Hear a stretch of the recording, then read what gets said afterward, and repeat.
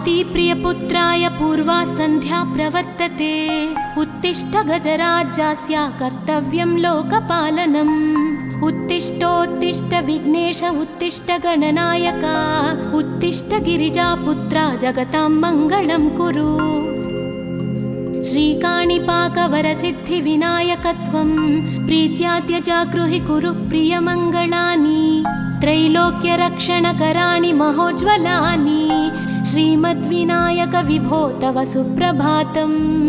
श्रीमद्विहारपुरवास शिवात्मजात कूपोद्भवाद्भुतविलास स्वयंभूमूर्ते। श्रीदेव शङ्खलिखिताश्रितपादपद्म। श्रीमद्विनायक विभो तव सुप्रभातम्। श्रीनारिकेळवनशोभितपुष्टिगात्र क्षीराभिषिक्तशुभविग्रह तत्त्वमूर्ते। दिव्याङ्गमूषिकसुवाहनमोदरूप श्रीमद्विनायक विभो तव सुप्रभातम्। श्रीकाणिपाकवरभूतलवासतुष्ट हे आदिपूज्य अरुणारुणभानुतेज। प्राचीदिशाम्बरमिदं रविकान्तिनिष्ठं श्रीमद्विनायक विभो तव सुप्रभातम्। श्रीबाहुदा शुभतरङ्गसुबाहुदत्त सुस्निग्धशीतलकणानपि सङ्गृहीत्य प्रभातवायुरिहयास्यति सेवनाय श्रीमद्विनायक विभो तव सुप्रभातम्। गौरीकराम्बुजसुलालितदिव्यवक्त्र श्रीकण्ठमानसमुदाकरमोदरूप कैलासशैलशिखरस्थितबालभानो श्रीमद्गणेश्वर विभो तव सुप्रभातम्। दूर्वाङ्कुराणि जलजानि सुपुष्पकाणि बिल्वानि पूजनविधौ च सुसज्जितानि। नित्यार्चनोत्सुकमदोत्कटवारणास्य श्रीमद्गणेश्वर विभो तव सुप्रभातम्। हृत्कूपमध्य समुपस्थितचित्स्वरूप कूटस्थतत्त्वमिदमेव हि बोधनेन त्वामत्र भासि विदधासि समस्तशोभान् श्रीमद्गणेश्वर विभो तव सुप्रभातम्। श्रीमुद्गलाख्यमुनिसन्नुत सच्चरित्र वासिष्ठगृत्समदमुख्य ऋषीश्वरीज्या वेदोक्तदेवगणमन्त्रगणादिनाथ श्रीमद्गणेश्वर विभो तव सुप्रभातम्। ऋग्वेदकीर्तितगणाधिपज्येष्ठराज त्वं ब्रह्मणस्पतिरिति प्रकटीकृतोऽसि। आधर्वशीर्षमनुमन्त्रितदिव्यमूर्ते श्रीमद्गणेश्वर विभो तव सुप्रभातम्। ब्रह्मादिदेव परिकीर्तितवेदपाठाः त्वच्छूत्पकर्णकुहरौ प्रविशन्ति देवाः। श्रुत्याधुनैव परिपालय धर्मसङ्घान् श्रीवल्लभेश भगवन् तव सुप्रभातम्। हेरम्बलम्ब जठराद्भुत दिव्यगात्र प्रारम्भपूजनमिदं दयया गृहीत्वा सर्वाशुभानि परिनाशय सर्वपुत्र श्रीवल्लभेश भगवन् तव सुप्रभातम्। भानुदयेन न हि दृश्यति चन्द्रबिम्बं त्वत्फालदेश शशिरेव विभाति नित्यं। सत्यस्वरूप निगमागमसन्नुताङ्घ्रे श्रीवल्लभेश भगवन् तव सुप्रभातम्। कालाग्निरुद्रसुतकालनियामकत्वं कालानुकूलफलदोऽसि कलामयोऽसि। कल्याणकारक कलाधर शेखरोऽसि श्रीवल्लभेश भगवन् तव सुप्रभातम्। उग्रस्वरूप रिपुनाशक उग्रपुत्र सौम्योऽसि सोमविनुतोऽसि प्रशान्तरूप। सर्वेश सर्वफलकारक सर्वमूर्ते श्रीवल्लभेश भगवन् तव सुप्रभातम्। दारिद्र्यदुःखभयभञ्जन दक्ष स्वामिन् तारुण्यविग्रह धनादिफलप्रदायिन् लावण्यमञ्जुलकलान्वितरञ्जितास्य हे विघ्ननाथ भगवन् तव सुप्रभातम्। गम्भीजतुष्टगणराजगकार पूज्य गान्धर्वगानपरिवर्तितनादमूर्ते गाङ्गेयगण्यगणिताधिककलास्वरूप श्रीमद्विनायक विभो तव सुप्रभातम्। मूलादिचक्रनिलयोच्युतयोगमूर्ते त्वामादिदेवमनुचिन्त्य तरन्ति भक्ताः रागादिदोषपरिहारकवेदवेद्या हे विघ्ननाथ भगवन् तव सुप्रभातम्। लक्ष्म्यादिशक्तियुतशक्तिगणेश्वरोऽसि दिव्याक्षरोऽसि शुभमन्त्रविराजितोऽसि तन्त्रादिभिर्नुतनतेष्टतवल्लभेश हे विघ्ननाथ भगवन् तव सुप्रभातम्। नागोपवीतधरनाथ विनोदचित्त नागास्य नाशितमहाघनतानुरक्त आनन्दतुन्दिलतनो बहिरान्तरस्थ हे विघ्ननाथ भगवन् तव सुप्रभातम्। भद्रे भवक्त्र नवभद्रद भद्रतेज रुद्रप्रियात्मज मदद्रव शक्तियुक्त आद्रीशजा मधुरवत्सलता निधान हे विघ्ननाथ भगवन् तव सुप्रभातम्। सर्वार्थसिद्धिफलदायक बुद्धिदायिन् विघ्नाद्रिवज्रपरिपूज्य चतुर्थी काले भद्रं पदं दिशसि भक्तगणार्थितोऽसि हे विघ्ननाथ भगवन् तव सुप्रभातम्। बालादिभव्य बहुरूपधरोऽसि देव चिन्तामणिस्त्वमसि सर्वफलप्रदोऽसि त्वन्नाम दिव्यमणिरस्ति जगद्धिताय हे विघ्ननाथ भगवन् तव सुप्रभातम्।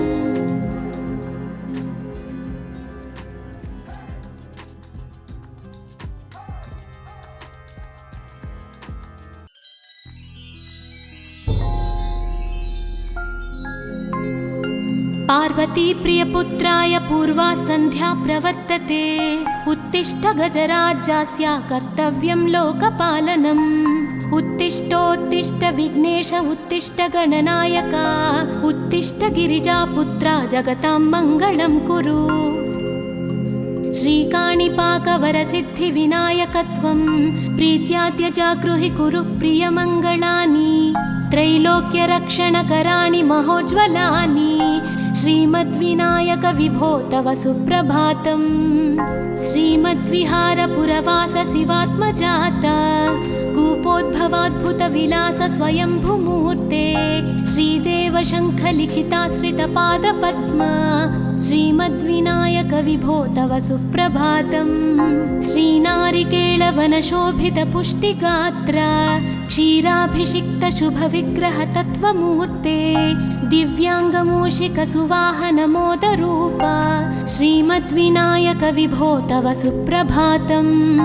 श्रीकाणिपाकवरभूतलवासतुष्ट हे आदिपूज्य अरुणारुणभानुतेज प्राचीदिशाम्बरमिदं रविकान्तिनिष्ठं श्रीमद्विनायक विभो तव सुप्रभातम्।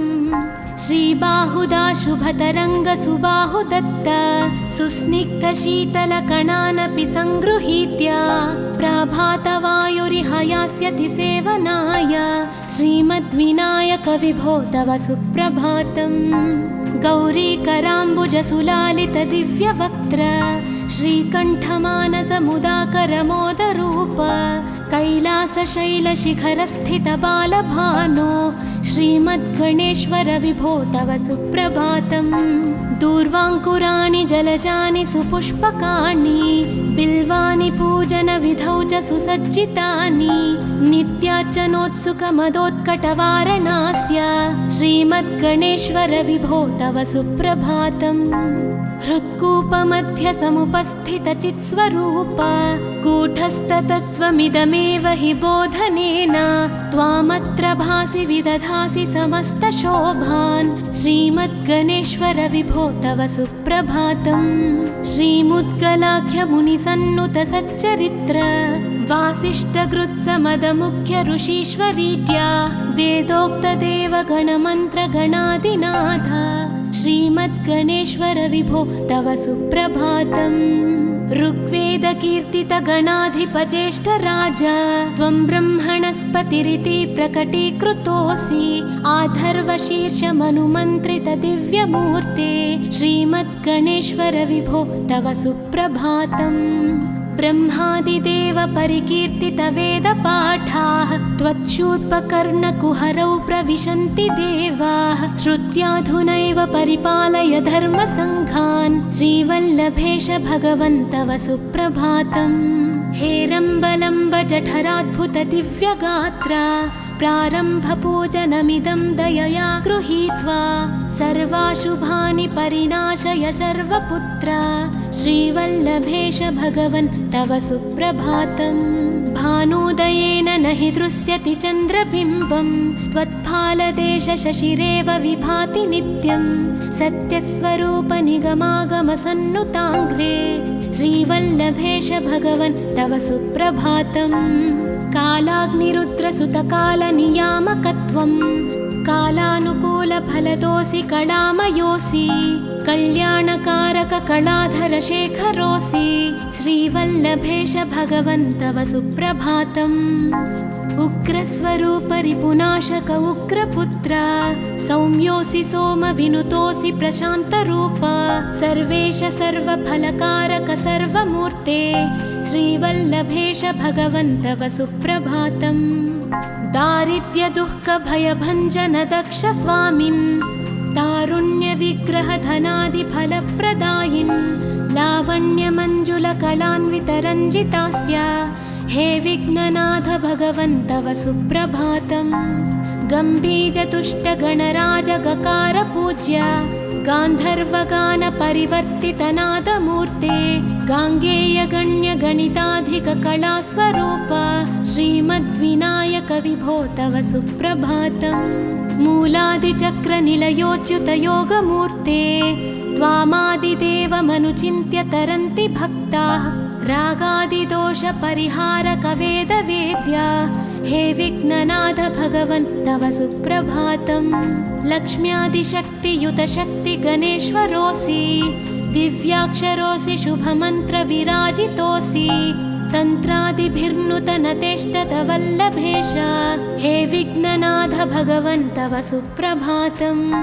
नागोपवीतधरनाथ विनोदचित्त नागास्य नाशित महाघनतानुरक्त आनन्दतुन्दिलतनो बहिरान्तरस्थ हे विघ्ननाथ भगवन् तव सुप्रभातम्।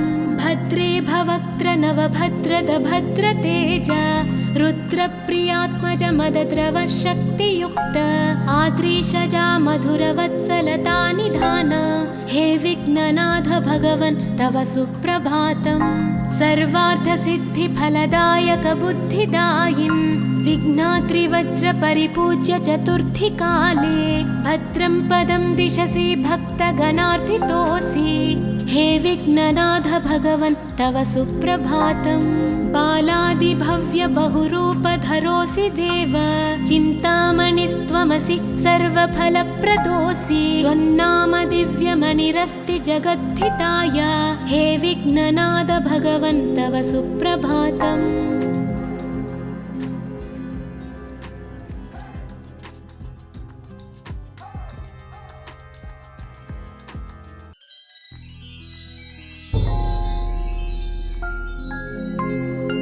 पार्वती प्रियपुत्राय पूर्वा सन्ध्या प्रवर्तते उत्तिष्ठ गजराज्यस्य कर्तव्यं लोकपालनम्। उत्तिष्ठोत्तिष्ठ विघ्नेश उत्तिष्ठ गणनायक उत्तिष्ठ गिरिजापुत्रा जगतां मङ्गलं कुरु। श्रीकाणिपाकवरसिद्धिविनायकत्वं प्रीत्याद्य जागृहि कुरु प्रियमङ्गलानि त्रैलोक्यरक्षणकराणि महोज्ज्वलानि श्रीमद्विनायक विभो तव सुप्रभातम्। श्रीमद्विहारपुरवास शिवात्मजात कूपोद्भवाद्भुतविलास स्वयंभूमूर्ते श्रीदेव शङ्खलिखिताश्रितपादपद्मा श्रीमद्विनायक विभो तव सुप्रभातम्। श्रीनारिकेळवनशोभितपुष्टिगात्र क्षीराभिषिक्त शुभविग्रह तत्त्वमूर्ते दिव्याङ्गमूषिकसुवाहनमोदरूप श्रीमद्विनायक विभो तव सुप्रभातम्। श्रीकाणिपाकवरभूतलवासतुष्ट हे आदिपूज्य अरुणारुणभानुतेज प्राचीदिशाम्बरमिदं रविकान्तिनिष्ठं श्रीमद्विनायक विभो तव सुप्रभातम्। श्रीबाहुदा शुभतरङ्गसुबाहुदत्त सुस्निग्धशीतलकणानपि सङ्गृहीत्य प्रभातवायुरिह यास्यति सेवनाय श्रीमद्विनायकविभो तव सुप्रभातम्। गौरीकराम्बुजसुलालितदिव्यवक्त्र श्रीकण्ठमानसमुदाकरमोदरूप कैलासशैलशिखरस्थितबालभानो श्रीमद्गणेश्वर विभो तव सुप्रभातम्। दूर्वाङ्कुराणि जलजानि सुपुष्पकाणि बिल्वानि पूजनविधौ च सुसज्जितानि नित्यार्चनोत्सुकमदोत्कटवारणास्य श्रीमद्गणेश्वर विभो तव सुप्रभातम्।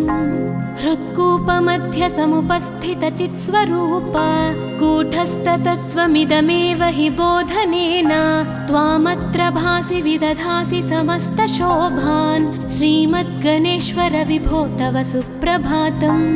श्रीमुद्गलाख्यमुनिसन्नुतसच्चरित्र वासिष्ठगृत्समदमुख्य ऋषीश्वरीड्या वेदोक्तदेवगणमन्त्रगणादिनाथ श्रीमद्गणेश्वर विभो तव सुप्रभातम्। ऋग्वेदकीर्तितगणाधिपज्येष्ठराज त्वं ब्रह्मणस्पतिरिति प्रकटीकृतोऽसि आधर्वशीर्षमनुमन्त्रितदिव्यमूर्ते श्रीमद्गणेश्वर विभो तव सुप्रभातम्। ब्रह्मादिदेव परिकीर्तितवेदपाठाः त्वच्छूर्पकर्णकुहरौ प्रविशन्ति देवाः श्रुत्याधुनैव परिपालय धर्मसङ्घान् श्रीवल्लभेश भगवन् तव सुप्रभातम्। हेरम्बलम्बजठराद्भुतदिव्यगात्रा प्रारम्भपूजनमिदं दयया गृहीत्वा सर्वाशुभानि परिनाशय सर्वपुत्र श्रीवल्लभेश भगवन् तव सुप्रभातम्। भानुदयेन न हि दृश्यति चन्द्रबिम्बं त्वत्फालदेशशशिरेव विभाति नित्यं सत्यस्वरूपनिगमागमसन्नुताङ्घ्रे श्रीवल्लभेश भगवन् तव सुप्रभातम्। कालाग्निरुद्रसुतकालनियामकत्वं कालानुकूलफलदोऽसि कलामयोऽसि कल्याणकारककलाधरशेखरोऽसि श्रीवल्लभेश भगवन् तव सुप्रभातम्। उग्रस्वरूपरिपुनाशक उग्रपुत्र सौम्योऽसि सोमविनुतोऽसि प्रशान्तरूप सर्वेश सर्वफलकारक सर्वमूर्ते श्रीवल्लभेश भगवन् तव सुप्रभातम्। दारिद्र्यदुःखभयभञ्जन दक्ष स्वामिन् तारुण्यविग्रहधनादिफलप्रदायिन् लावण्यमञ्जुलकलान्वितरञ्जितास्य हे विघ्ननाथ भगवन् तव सुप्रभातम्। गम्भीजतुष्टगणराजगकार गान्धर्वगानपरिवर्तितनादमूर्ते गाङ्गेयगण्यगणिताधिककलास्वरूप श्रीमद्विनायक विभो तव सुप्रभातम्। मूलादिचक्रनिलयोच्युतयोगमूर्ते त्वामादिदेवमनुचिन्त्य तरन्ति भक्ताः रागादिदोषपरिहारकवेदवेद्या हे विघ्ननाथ भगवन् तव सुप्रभातम्। लक्ष्म्यादिशक्तियुतशक्तिगणेश्वरोऽसि दिव्याक्षरोऽसि शुभमन्त्रविराजितोऽसि तन्त्रादिभिर्नुतनतेष्टतवल्लभेश हे विघ्ननाथ भगवन् तव सुप्रभातम्। नागोपवीतधरनाथ विनोदचित्त नागास्य नाशित महाघनतानुरक्त आनन्दतुन्दिलतनो बहिरान्तरस्थ हे विघ्ननाथ भगवन् तव सुप्रभातम्। भद्रे भवक्त्र नवभद्रद भद्रतेज रुद्रप्रियात्मज मदद्रव शक्तियुक्त आद्रीशजा मधुरवत्सलता निधान हे विघ्ननाथ भगवन् तव सुप्रभातम्। सर्वार्थसिद्धिफलदायक बुद्धिदायिन् विघ्नात्रिवज्रपरिपूज्य चतुर्थीकाले भद्रं पदं दिशसि भक्तगणार्थितोऽसि हे विघ्ननाथ भगवन् तव सुप्रभातम्। बालादिभव्य बहुरूपधरोऽसि देव, चिन्तामणिस्त्वमसि सर्वफलप्रदोऽसि। त्वन्नाम दिव्यमणिरस्ति जगद्धिताय, हे विघ्ननाथ भगवन् तव सुप्रभातम्।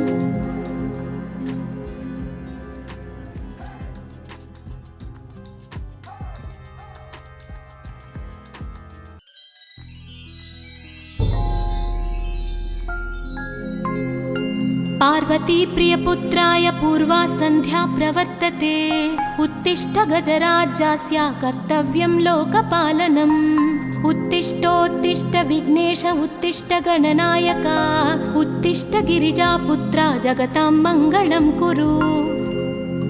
श्रीकाणिपाकवरसिद्धिविनायकत्वं प्रीत्याद्य जागृहि कुरु प्रियमङ्गलानि।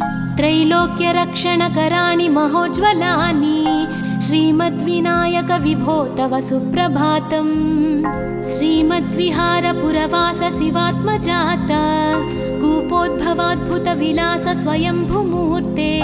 श्रीदेव शङ्खलिखिताश्रितपादपद्मा, श्रीमद्विनायक विभो तव सुप्रभातम्। श्रीनारिकेळवनशोभितपुष्टिगात्र, क्षीराभिषिक्त शुभविग्रह तत्त्वमूर्ते।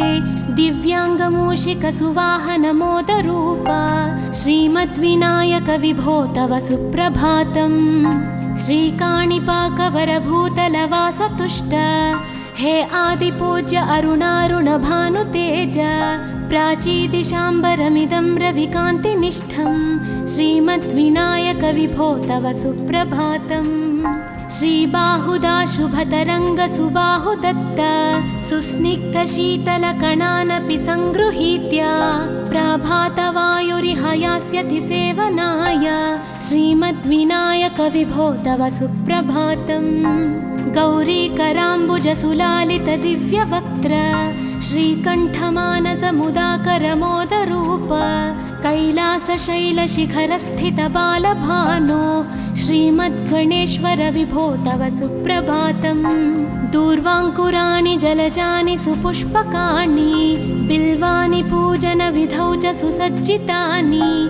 नित्यार्चनोत्सुकमदोत्कटवारणास्य, श्रीमद्गणेश्वर विभो तव सुप्रभातम्।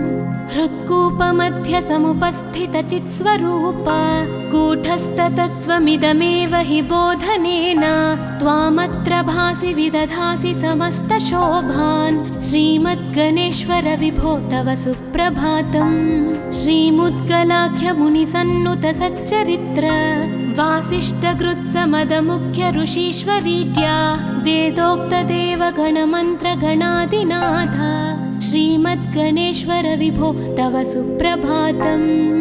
ऋग्वेदकीर्तितगणाधिपज्येष्ठराज, त्वं ब्रह्मणस्पतिरिति प्रकटीकृतोऽसि। आधर्वशीर्षमनुमन्त्रितदिव्यमूर्ते, श्रीमद्गणेश्वर विभो तव सुप्रभातम्। ब्रह्मादिदेव परिकीर्तितवेदपाठाः, त्वच्छूत्पकर्णकुहरौ प्रविशन्ति देवाः। श्रुत्याधुनैव परिपालय धर्मसङ्घान्, श्रीवल्लभेश भगवन् तव सुप्रभातम्। हेरम्बलम्ब जठराद्भुत दिव्यगात्र, प्रारम्भपूजनमिदं दयया गृहीत्वा। सर्वाशुभानि परिनाशय सर्वपुत्र, श्रीवल्लभेश भगवन् तव सुप्रभातम्। भानुदयेन न हि दृश्यति चन्द्रबिम्बं, त्वत्फालदेश शशिरेव विभाति नित्यं। सत्यस्वरूप निगमागमसन्नुताङ्घ्रे, श्रीवल्लभेश भगवन् तव सुप्रभातम्। कालाग्निरुद्रसुतकालनियामकत्वं, कालानुकूलफलदोऽसि कलामयोऽसि। कल्याणकारक कलाधरशेखरोऽसि, श्रीवल्लभेश भगवन् तव सुप्रभातम्। उग्रस्वरूप रिपुनाशक उग्रपुत्र, सौम्योऽसि सोमविनुतोऽसि प्रशान्तरूप। सर्वेश सर्वफलकारक सर्वमूर्ते, श्रीवल्लभेश भगवन् तव सुप्रभातम्। दारिद्र्यदुःखभयभञ्जन दक्ष स्वामिन्, तारुण्यविग्रहधनादिफलप्रदायिन् लावण्यमञ्जुलकलान्वितरञ्जितास्य हे विघ्ननाथ भगवन् तव सुप्रभातम्। गम्भीजतुष्टगणराजगकारपूज्य गान्धर्वगानपरिवर्तितनादमूर्ते गाङ्गेयगण्यगणिताधिककलास्वरूप श्रीमद्विनायक विभो तव सुप्रभातम्। मूलादिचक्रनिलयोच्युतयोगमूर्ते त्वामादिदेवमनुचिन्त्य तरन्ति भक्ताः रागादिदोषपरिहारकवेदवेद्या हे विघ्ननाथ भगवन् तव सुप्रभातम्। लक्ष्म्यादिशक्तियुतशक्तिगणेश्वरोऽसि दिव्याक्षरोऽसि शुभमन्त्रविराजितोऽसि तन्त्रादिभिर्नुतनतेष्टतवल्लभेश हे विघ्ननाथ भगवन् तव सुप्रभातम्। नागोपवीतधरनाथ विनोदचित्त नागास्य नाशित महाघनतानुरक्त आनन्दतुन्दिलतनो बहिरान्तरस्थ हे विघ्ननाथ भगवन् तव सुप्रभातम्। भद्रे भवक्त्र नवभद्रद भद्रतेज रुद्रप्रियात्मज मदद्रव शक्तियुक्त आद्रीशजा मधुरवत्सलता निधान हे विघ्ननाथ भगवन् तव सुप्रभातम्। सर्वार्थसिद्धिफलदायक बुद्धिदायिन् विघ्नात्रिवज्रपरिपूज्य चतुर्थीकाले भद्रं पदं दिशसि भक्तगणार्थितोऽसि हे विघ्ननाथ भगवन् तव सुप्रभातम्। बालादिभव्य बहुरूपधरोऽसि देव चिन्तामणिस्त्वमसि सर्वफलप्रदोऽसि त्वन्नाम दिव्यमणिरस्ति जगद्धिताय हे विघ्ननाथ भगवन् तव सुप्रभातम्।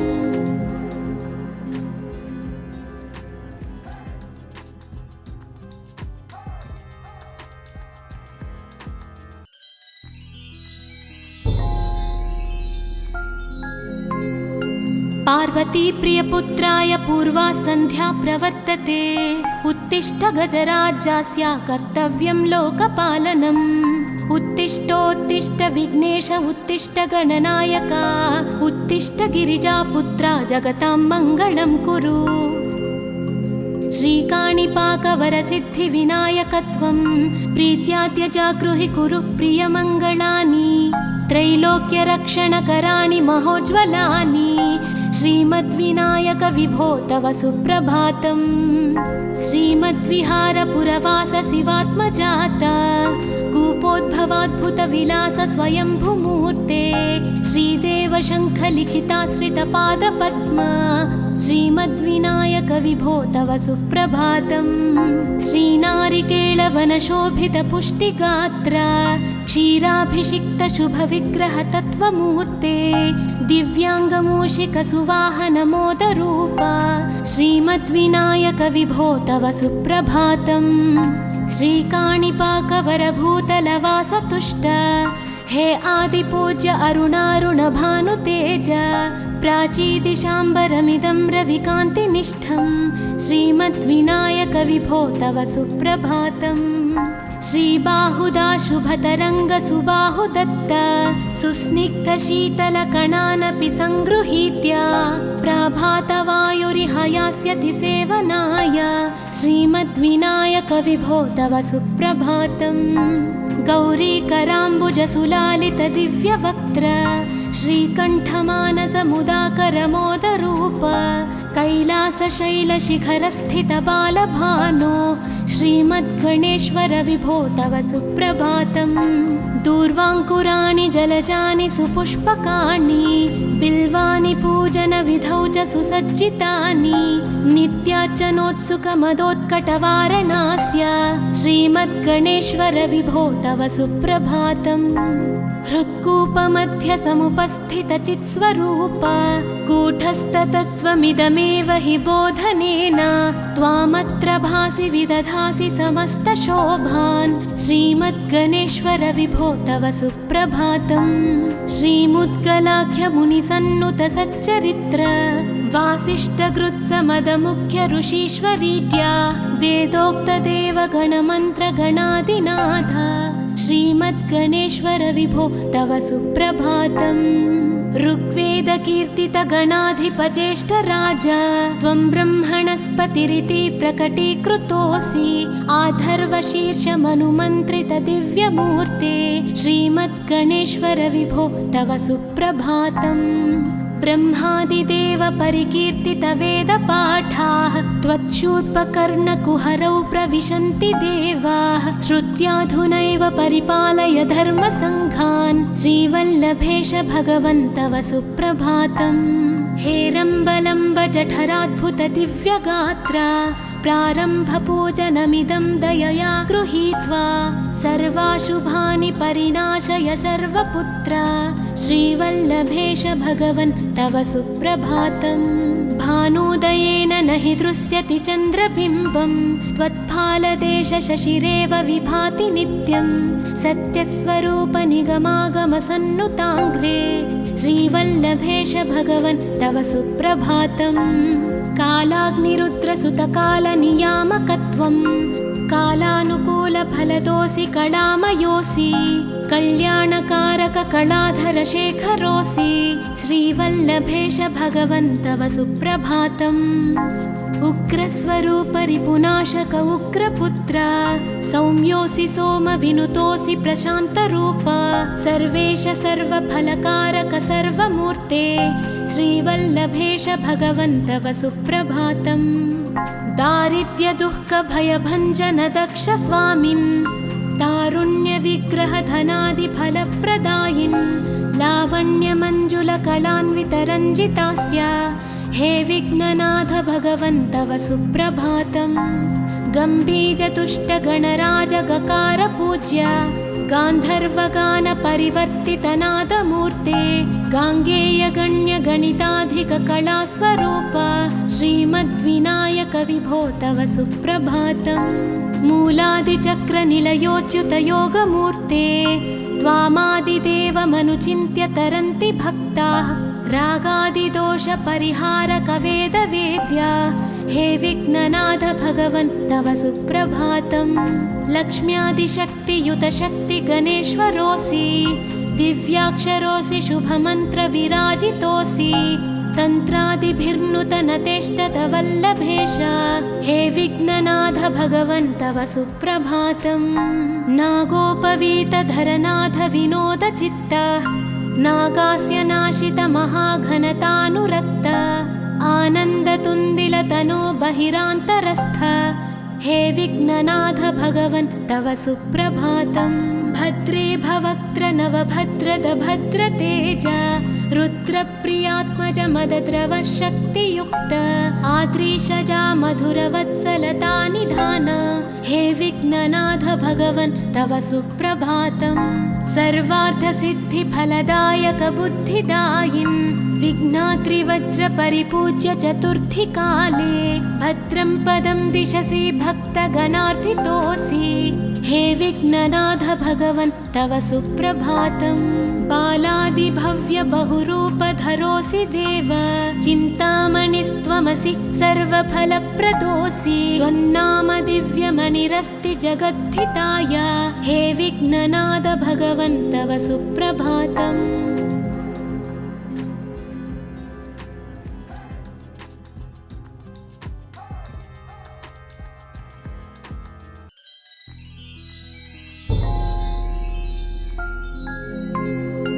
पार्वती प्रियपुत्राय पूर्वा सन्ध्या प्रवर्तते उत्तिष्ठ गजराज्यस्य कर्तव्यं लोकपालनम्। उत्तिष्ठोत्तिष्ठ विघ्नेश उत्तिष्ठ गणनायक उत्तिष्ठ गिरिजापुत्रा जगतां मङ्गलं कुरु।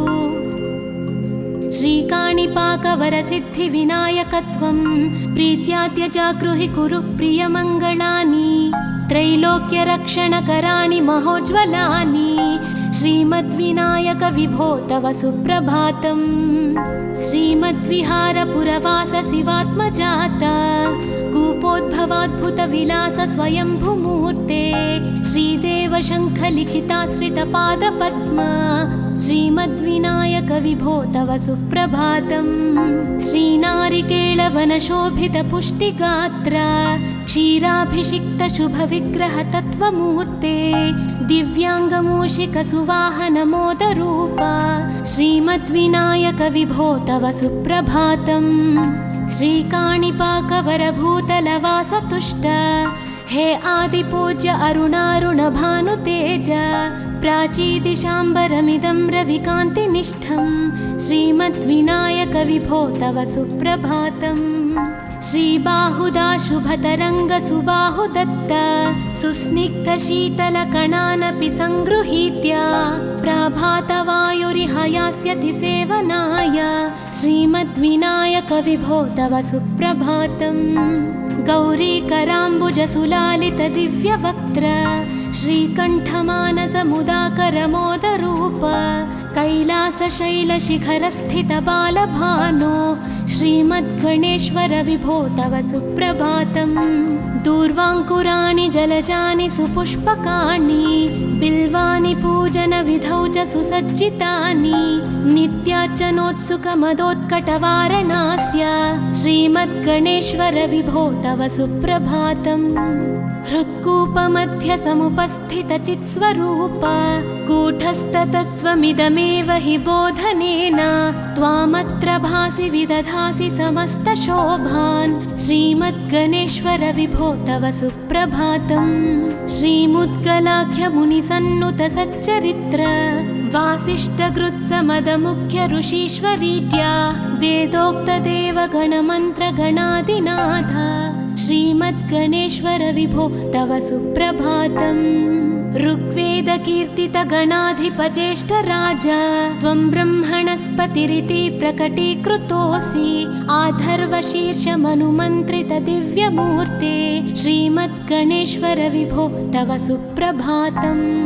ब्रह्मादिदेव परिकीर्तितवेदपाठाः त्वच्छूत्पकर्णकुहरौ प्रविशन्ति देवाः श्रुत्याधुनैव परिपालय धर्मसङ्घान् श्रीवल्लभेश भगवन् तव सुप्रभातम्। हेरम्बलम्ब जठराद्भुतदिव्यगात्र प्रारम्भपूजनमिदं दयया गृहीत्वा सर्वाशुभानि परिनाशय सर्वपुत्र श्रीवल्लभेश भगवन् तव सुप्रभातम्। भानुदयेन न हि दृश्यति चन्द्रबिम्बं त्वत्फालदेशशशिरेव विभाति नित्यं सत्यस्वरूपनिगमागमसन्नुताङ्घ्रे श्रीवल्लभेश भगवन् तव सुप्रभातम्। कालाग्निरुद्रसुतकालनियामकत्वं कालानुकूलफलदोऽसि कलामयोऽसि कल्याणकारककलाधरशेखरोऽसि श्रीवल्लभेश भगवन् तव सुप्रभातम्। उग्रस्वरूपरिपुनाशक उग्रपुत्र सौम्योऽसि सोमविनुतोऽसि प्रशान्तरूप सर्वेश सर्वफलकारक सर्वमूर्ते श्रीवल्लभेश भगवन् तव सुप्रभातम्।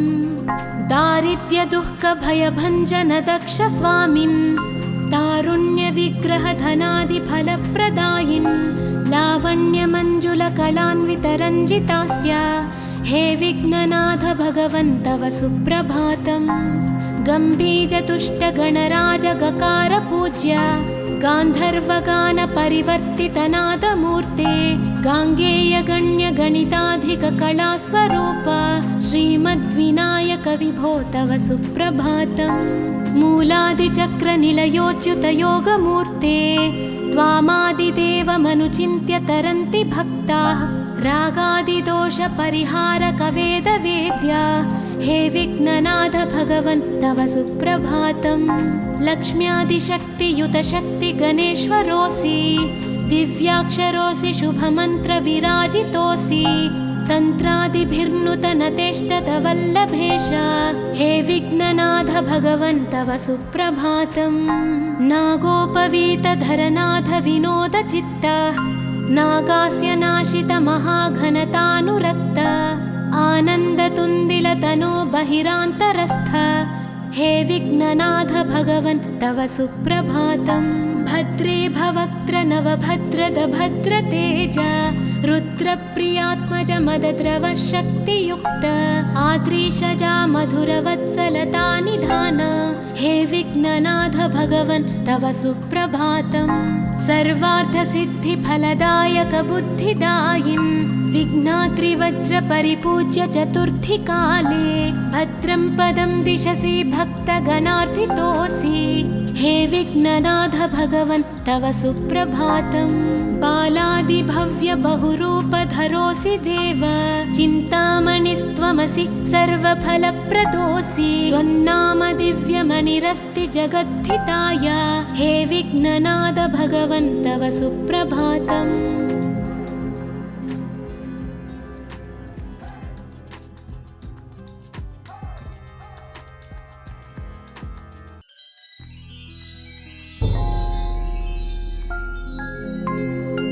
पार्वती प्रियपुत्राय पूर्वा सन्ध्या प्रवर्तते। उत्तिष्ठ गजराज्यस्य कर्तव्यं लोकपालनम्। उत्तिष्ठोत्तिष्ठ विघ्नेश उत्तिष्ठ गणनायक, उत्तिष्ठ गिरिजापुत्रा जगतां मङ्गलं कुरु। श्रीकाणिपाकवरसिद्धिविनायकत्वं प्रीत्याद्य जागृहि कुरु प्रियमङ्गलानि। त्रैलोक्यरक्षणकराणि महोज्ज्वलानि, श्रीमद्विनायक विभो तव सुप्रभातम्। श्रीमद्विहारपुरवास शिवात्मजाता, कूपोद्भवाद्भुतविलास स्वयंभुमूर्ते। श्रीदेव शङ्खलिखिताश्रितपादपद्मा, श्रीमद्विनायक विभो तव सुप्रभातम्। श्रीनारिकेळवनशोभितपुष्टिगात्र, क्षीराभिषिक्तशुभविग्रहतत्त्वमूर्ते। दिव्याङ्गमूषिकसुवाहनमोदरूपा, श्रीमद्विनायक विभो तव सुप्रभातम्। श्रीकाणिपाकवरभूतलवासतुष्ट, हे आदिपूज्य अरुणारुणभानुतेज। प्राचीदिशाम्बरमिदं रविकान्तिनिष्ठं, श्रीमद्विनायक विभो तव सुप्रभातम्। श्रीबाहुदा शुभतरङ्गसुबाहुदत्त, सुस्निग्धशीतलकणानपि सङ्गृहीत्य। प्रभातवायुरिह यास्यति सेवनाय, श्रीमद्विनायक विभो तव सुप्रभातम्। गौरीकराम्बुजसुलालितदिव्यवक्त्र, श्रीकण्ठमानसमुदाकरमोदरूप। कैलासशैलशिखरस्थितबालभानो, श्रीमद्गणेश्वर विभो तव सुप्रभातम्। दूर्वाङ्कुराणि जलजानि सुपुष्पकाणि, बिल्वानि पूजनविधौ च सुसज्जितानि। नित्यार्चनोत्सुकमदोत्कटवारणास्य, श्रीमद्गणेश्वर विभो तव सुप्रभातम्। हृत्कूपमध्यसमुपस्थितचित्स्वरूप, कूटस्थतत्त्वमिदमेव हि बोधनेन। त्वामत्र भासि विदधासि समस्तशोभान्, श्रीमद्गणेश्वर विभो तव सुप्रभातम्। श्रीमुद्गलाख्यमुनिसन्नुतसच्चरित्र, वासिष्ठकृत्समदमुख्य ऋषीश्वरीड्या। वेदोक्तदेवगणमन्त्रगणादिनाथ, श्रीमद्गणेश्वर विभो तव सुप्रभातम्। ऋग्वेदकीर्तितगणाधिपज्येष्ठराज, त्वं ब्रह्मणस्पतिरिति प्रकटीकृतोऽसि। आधर्वशीर्षमनुमन्त्रितदिव्यमूर्ते, श्रीमद्गणेश्वर विभो तव सुप्रभातम्। ब्रह्मादिदेव परिकीर्तितवेदपाठाः, त्वच्छूत्पकर्णकुहरौ प्रविशन्ति देवाः। श्रुत्याधुनैव परिपालय धर्मसङ्घान्, श्रीवल्लभेश भगवन् तव सुप्रभातम्। हेरम्बलम्ब जठराद्भुतदिव्यगात्र, प्रारम्भपूजनमिदं दयया गृहीत्वा। सर्वाशुभानि परिनाशय सर्वपुत्र, श्रीवल्लभेश भगवन् तव सुप्रभातम्। भानुदयेन न हि दृश्यति चन्द्रबिम्बं, त्वत्फालदेशशशिरेव विभाति नित्यं। सत्यस्वरूपनिगमागमसन्नुताङ्घ्रे, श्रीवल्लभेश भगवन् तव सुप्रभातम्। कालाग्निरुद्रसुतकालनियामकत्वं, कालानुकूलफलदोऽसि कलामयोऽसि। कल्याणकारक कलाधरशेखरोऽसि, श्रीवल्लभेश भगवन् तव सुप्रभातम्। उग्रस्वरूपरिपुनाशक उग्रपुत्र सौम्योऽसि सोमविनुतोऽसि प्रशान्तरूप सर्वेश सर्वफलकारक सर्वमूर्ते श्रीवल्लभेश भगवन् तव सुप्रभातम्। दारिद्र्यदुःखभयभञ्जन दक्ष स्वामिन् तारुण्यविग्रहधनादिफलप्रदायिन् लावण्यमञ्जुलकलान्वितरञ्जितास्य हे विघ्ननाथ भगवन् तव सुप्रभातम्।